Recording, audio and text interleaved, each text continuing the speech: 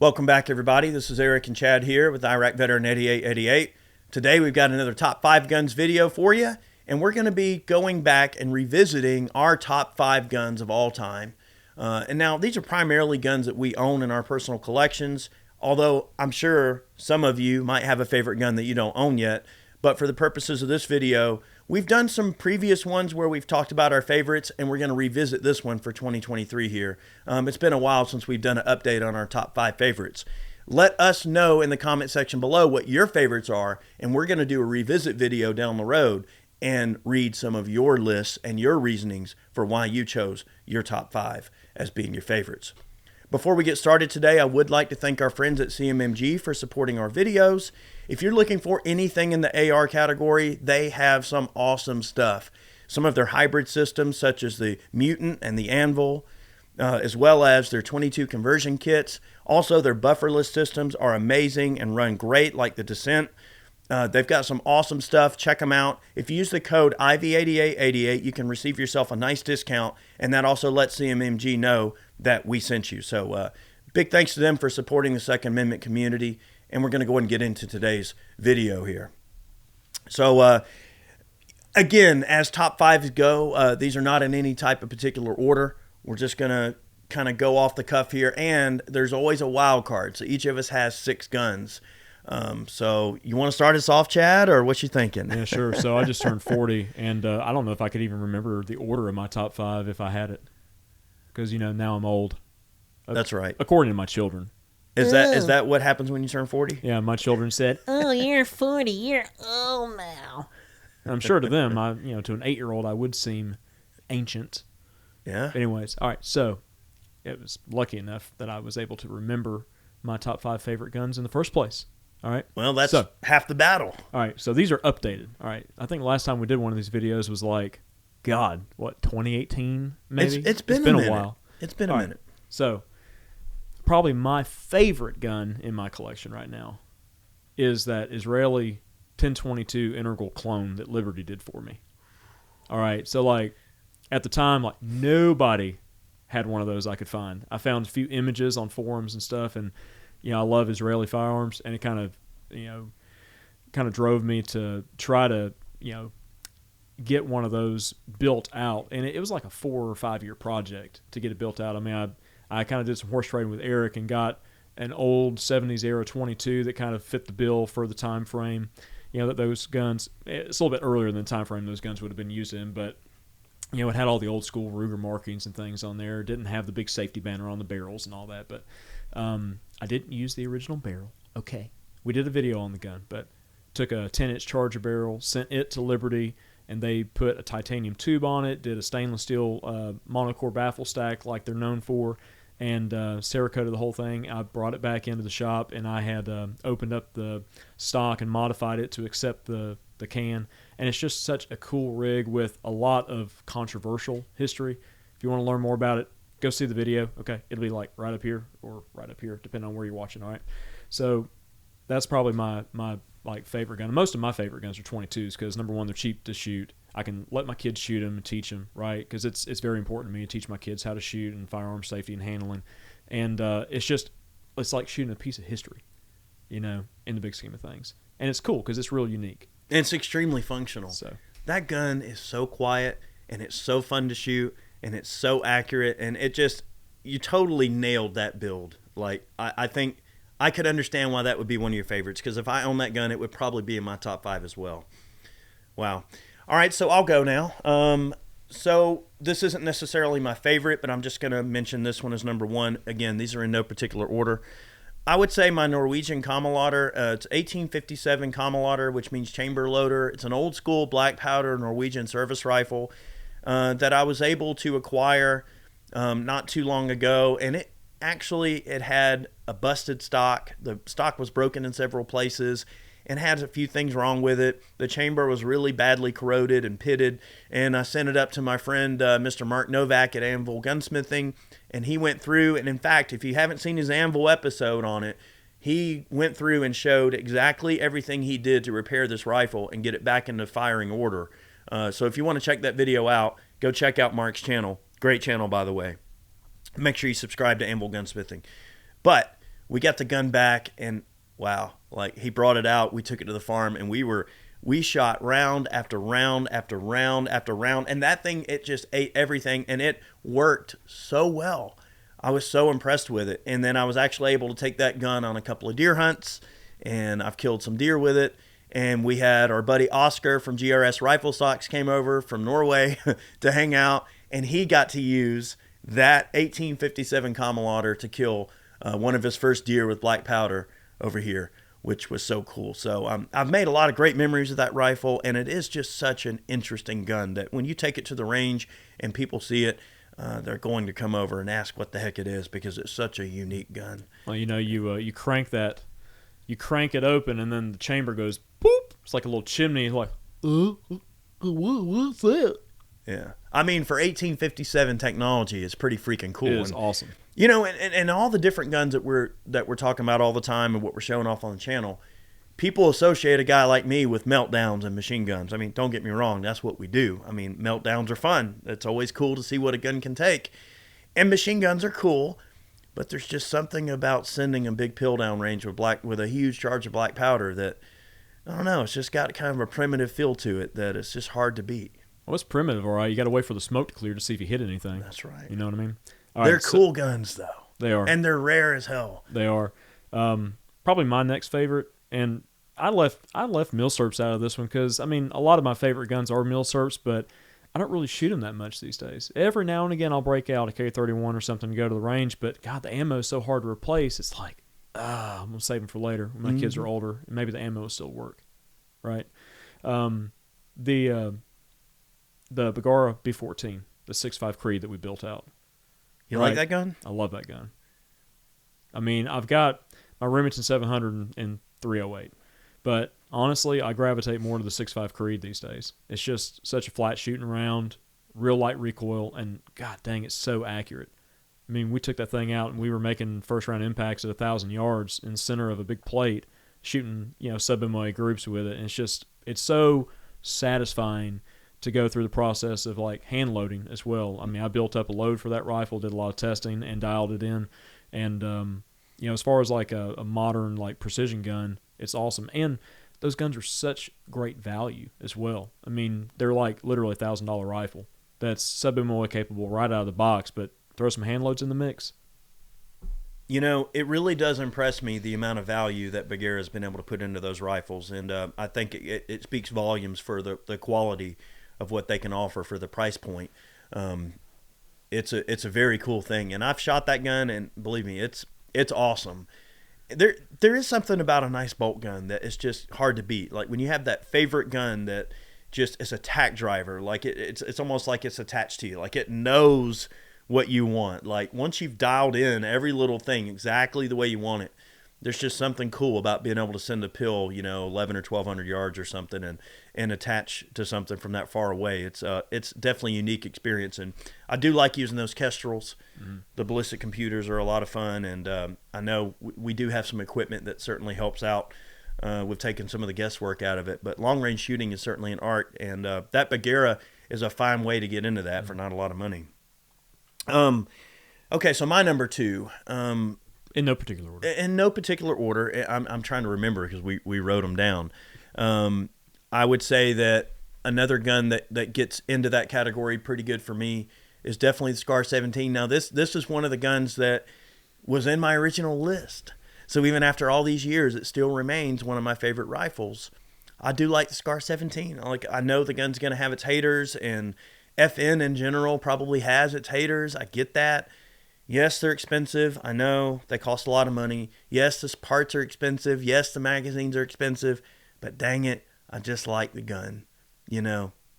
I like it. Sorry, it's still on my list. There's not really much else to say. I know I've talked about the Scar 17 a lot in one of the recent videos we just did where I talked about, I asked you guys to select which DMR you would choose.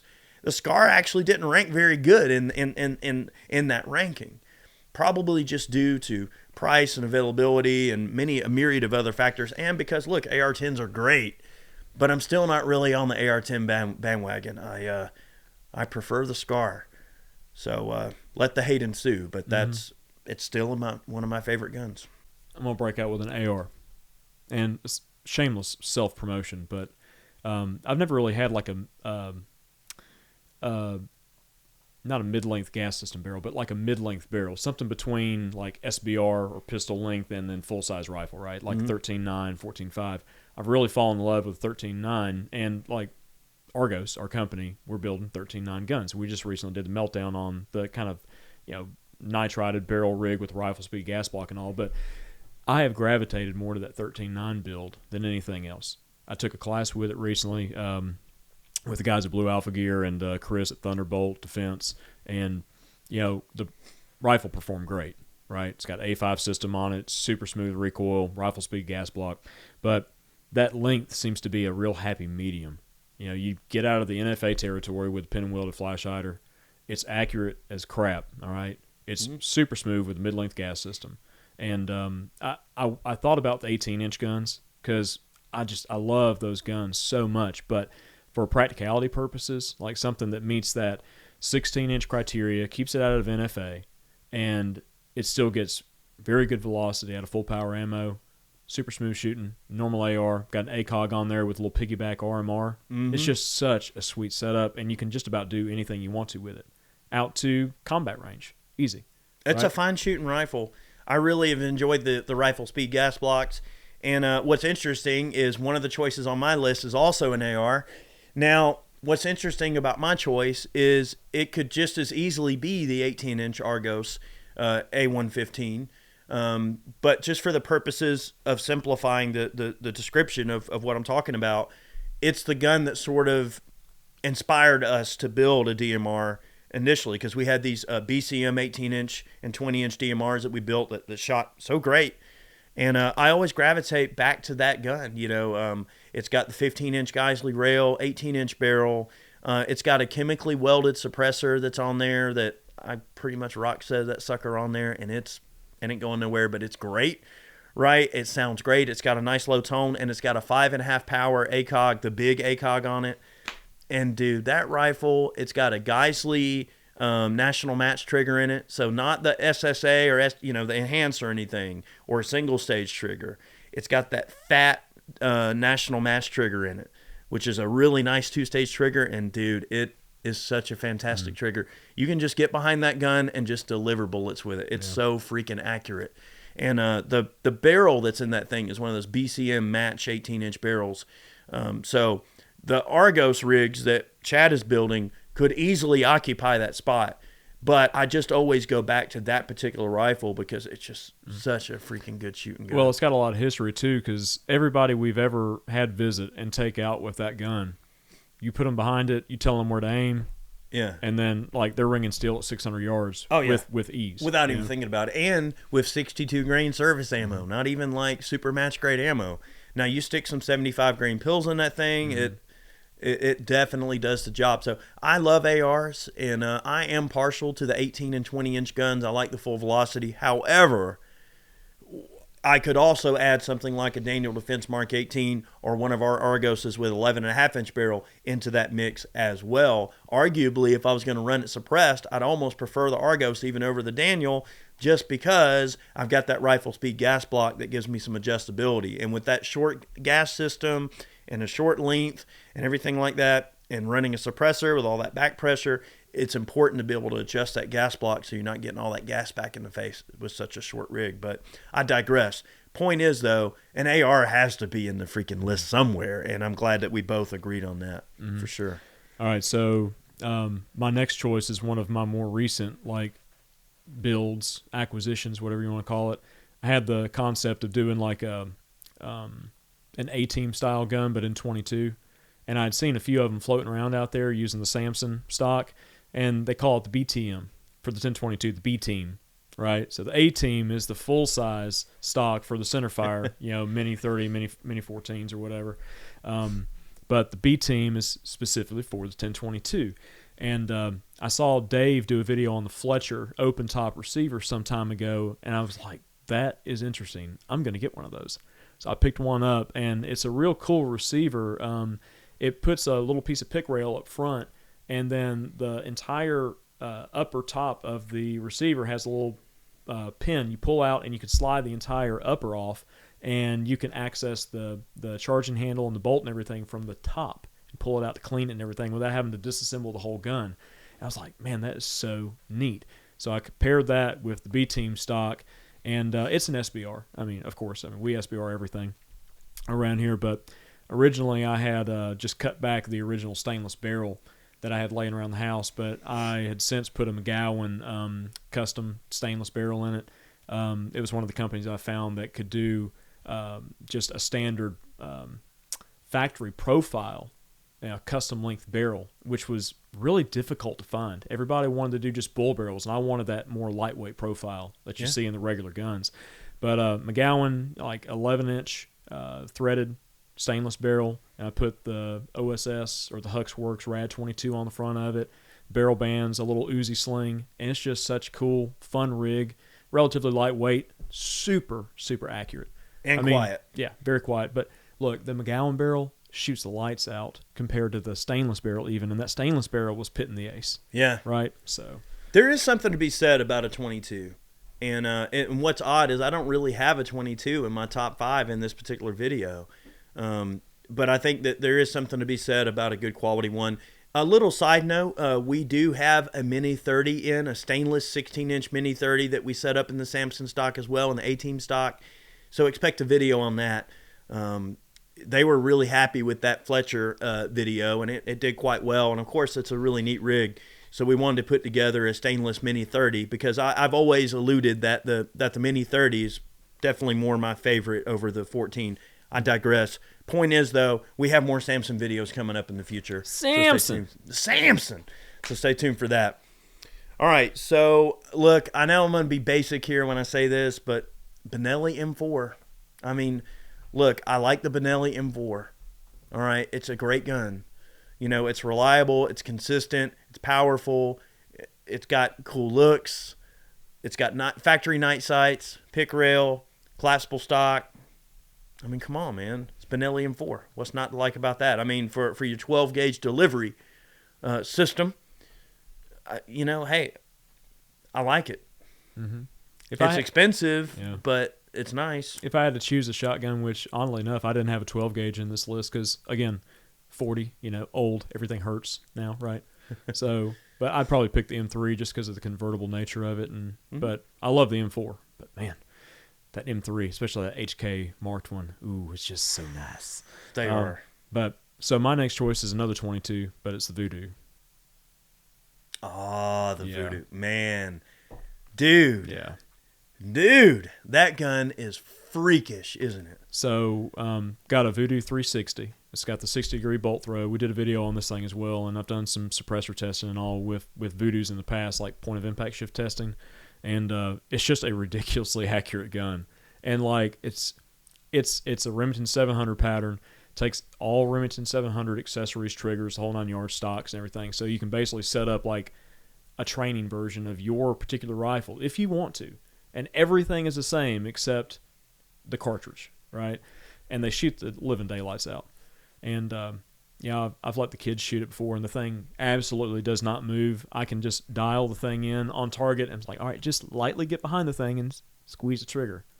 And, it's like, ding, 300, 400 yards. Like, ridiculous. It's ridiculous. And we've shot that thing out to 700 yards, in the How Far video, and I want to push it further. We've got the capability to do it, but when you're talking about shooting a 22 accurately, reasonably accurate, at like 700 yards, that's ridiculous. Absolutely ridiculous. It really is a great gun. It's a testament for what a 22 can really do. And also, I just want to give a big shout out to FX too with the Impact.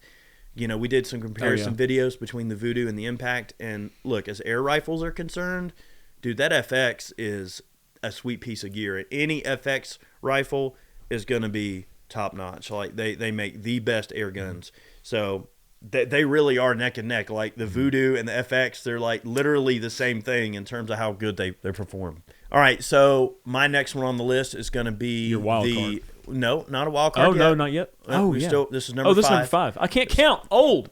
Yep. See, you can count to 40 though. I can count to 40. Yeah. CMMG Mutant Mark 47. consistently, out of all of the different ARs that I've ever ran, and especially ones that I've taken out to ranges or taken to any type of public event where people can shoot your guns, that is the one rifle everybody wants to shoot. The full auto version. Yes, the machine gun version. I love the Mark 47 as a machine gun. You know, it's powerful. It sounds good. It throws big fireballs. I mean, what's not to like? And it's got the perfect rate of fire. Mm-hmm. Like if the crap hit the rapidly spinning oscillator, I would grab my mutant. Like, yeah, I mean, like it's a capable gun that can really deliver the goods and reliable. Very rarely are you going to have a stoppage. They work. I mean, how cool is that? I mean, it's just a neat gun that, you know, especially in a machine gun form, is not exactly a very common gun to find laying around. And that Mark 47's also showed up in some video games and things. So it's a really cool system. And I think they did a great job by having a hybrid system like that, because it uses sort of a hybrid AR-10 bolt. So the bolt's real thick and everything like that, which is nice. Like the thickness of the bolt, the webbing, especially where the cartridge base goes into the bolt face. It's not real thin like it is on a converted AR bolt in a traditional short frame AR. It's real beefy, and it can really handle a lot of pressure. It can handle hotter loads. It can handle getting heated up. Like, it's just a much more industrial machine for launching 7.62 by 39 out of an AR, which is something I certainly appreciate. So it's cool. Definitely Mark 47's on up there for me. Mm-hmm. All right, so now we're in wild card territory, right? Yeah, this is wild card. All right. So I didn't really choose a handgun for this because handguns really aren't my favorite guns. I mean, they're useful tools for sure for concealed carry, and you know, I've hunted with the Smith & Wesson, the 460 revolver. Yeah, this is about what your favorite is. So right. One of my favorite like pistol caliber guns to shoot is that OSW-G. You know, the B&T chassis for the Glock 17. We've got the 17Ls in ours. And I've got that thing set up with a little Trizicon RMR, you know, the fiber optic and tritium version. No batteries. You know, just stick a 24-round Glock mag in it. Flip out the little teeny tiny stock, which is, it's ridiculous to call that a stock because it's like 2 inches tall. It's ridiculous. But it works, though. The thing works, and that 17L is stupid accurate. And when you put it in a chassis and you can shoulder it and get more control over it, it's even more so, right? I mean, you can easily make hits out to 125, 150 yards with boring ease. You know, just an awesome little platform. I have to admit that the Flux Raider or the B&T USW-G chassis almost made it into my list, and they're definitely high. Like they're right there near the top for me. I really do like the Flux. It's a cool setup, and you know, Ben over there has done a great job with those things, and there's some really cool stuff on the horizon too that I'm not going to exactly talk about yet, but let's just say maybe some other platforms that you're going to be excited to see, but I digress. Point is, my wild card, now that's a great choice, by the way. That's one of my favorite backpack guns is that USW-G because it just folds up so compact, and as a 9mm PCC goes, I don't think you can get more compact than that. It's just, it gives you all the familiarity of a Glock, but just with a little bit more comfort and shootability. And with that 17L, man, you got the range with that. And that's a great setup. And arguably one of my favorite guns as well, Chad. But my wild card has to be the Barrett M107. Now, I don't remember if my Barrett was in the original list. It probably was. The Barrett has always been one of my favorite guns. I was a 50 cal gunner in 05. And, you know, we had a Ma Deuce on the truck. So I've always liked 50 cal just as a cartridge. But of course, you know, I don't have the money sitting around to buy a Ma Deuce or anything like that. Maybe one day we'll get a Ma Deuce. But the Barrett, I just always kind of figured it had to be one of the most frightening things that you could ever come across. I mean, a guy can just pick that sucker up and just carry it anywhere he wants. You know, a Ma Deuce is a crew-served weapon. You know, and you can carry around a Ma Deuce, but it's not going to be something that you're going to be firing from the hip or anything. Like, you know, you got to set it up in a tripod on the ground. It takes a few people to help you move the tripod and the ammo cans and the barrel, and you got to take it apart, headspace and time it. I mean, that's fine, but it's a crew-served weapon that's primarily meant to be fired from a stationary position, a fixed position, or a fixed firing point from a vehicle or something like that. But the Barrett was always fascinating to me, is that you could just have some 20-year-old kid hopped up on Mountain Dew carrying that thing around, and he could be anywhere. And during World War II, the Nazis hated bar gunners because they could be anywhere. It wasn't a traditional full auto rifle that, had to be set up on some type of, even though a 1919 is a pretty movable machine gun, it's not that mobile like a bar. A bar gunner could just pick up the bar and be anywhere, be in the wood line, deliver a wall of lead, and get out of the way and move somewhere else, and you don't even know where he is. And the Nazis hated the bar gunners during World War II for that reason. And I think the same stigma applies to the Barrett M107. You never know where a 107 gunner might be. You never know. And he might deliver a payload out of that rifle and then be gone. You might have an idea, wow, we just got shot at from that area, but by the time he's done what he's needed to do, he can pick that gun up and he can displace and move somewhere else. And there's just something about the 107 that to me is just frightening, in that, it's a lot of firepower on tap. It's reasonably accurate. It's reliable to a fault. And it will generally eat anything that says 50 on it, you can throw in it. And it may not be the most accurate 50 out there, but there's something about having 10-round semi-auto on tap that I've just always thought is a pretty comforting feeling to have access to. Yeah, correct me if I'm wrong. Was it Carlos Hathcock that mounted a Maldus to his bicycle at one point? Yeah. Right? So what would he have done with an M107? Well, I mean, that's just the thing. I mean, Carlos Hathcock probably would have come up with some very sadistic things to do with a 107.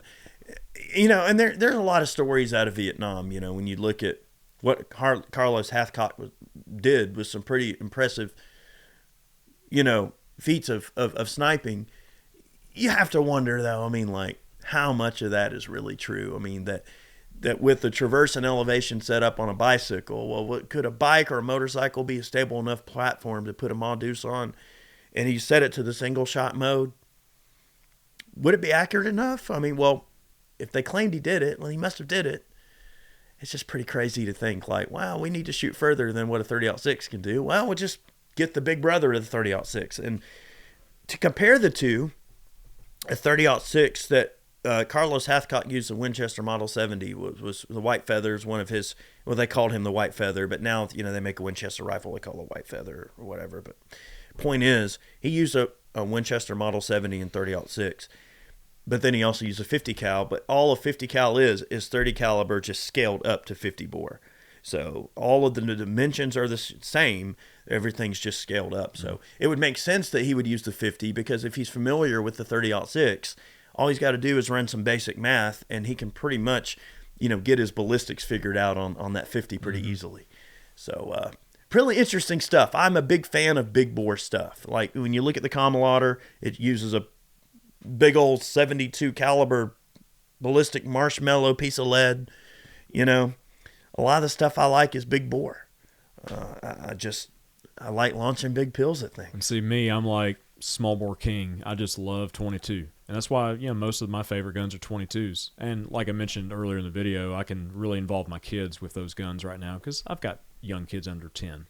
Mm-hmm. So, that's a huge part of my life, is doing things with them, and 22s allow that a lot more than centerfire stuff does. That's right. So one day I'll get behind the big bore stuff. Yeah, and I didn't really have a 22 in the lineup, but I would have to say that, all right, so one runner up on the 22 cal, this almost made it into my top 5, but the reason I chose the Mutant is because it's the Mutant, come on.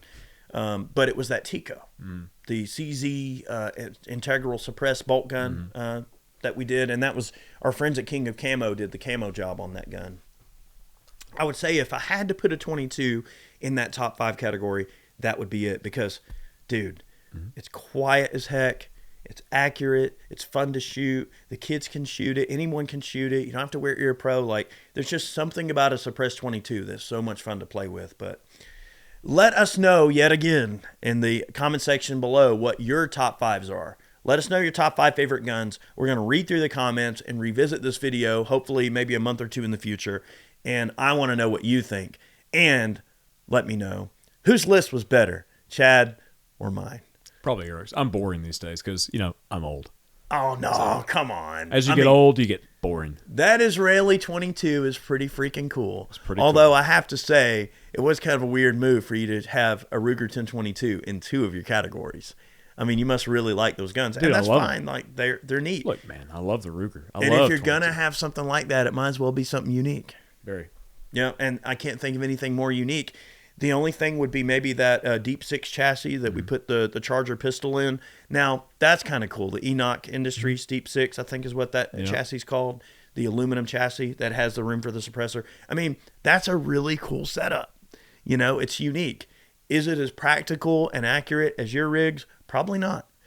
But a lot can be done with Ruger 1022. So I think it's just really cool to say that as a gun design that the 1022 is certainly has a lot of customizability to it. Yeah, I may be weird, but like something I do quite often when I'm fantasizing about going out and shooting recreationally, which I don't get to do a lot of these days, is I'll have to go into the safe or something, and a lot of these guns are the ones that I just pull out and I fondle for a minute. Like, Dang. I'll unfold the stock, you know, cycle the action, make sure it's clear. I'll turn the little optic on. I'll look through it. I'll be like, pew, pew, pew, pew. Oh, no. You know, no, I'm kidding. I don't do that. But like, I'll take stuff out of the safe occasionally, and these are the guns that I gravitate to. I'm like, reminiscing and thinking about going out to the range and playing, and then I put them back in there and close the door, and they go, no. Yep. Well, guys, thanks so much for tuning in to today's video. I hope you enjoyed this top 5. I know this one was a little bit longer, but we technically had to go through 12 guns. Well, you know, since it was 2 lists. We can't count, and you had 2 wild cards. That's right. And then I had some runners up that I wanted to give honorable mention to. Thanks so much for watching. Many more videos on the way. We'll see you soon. See you guys.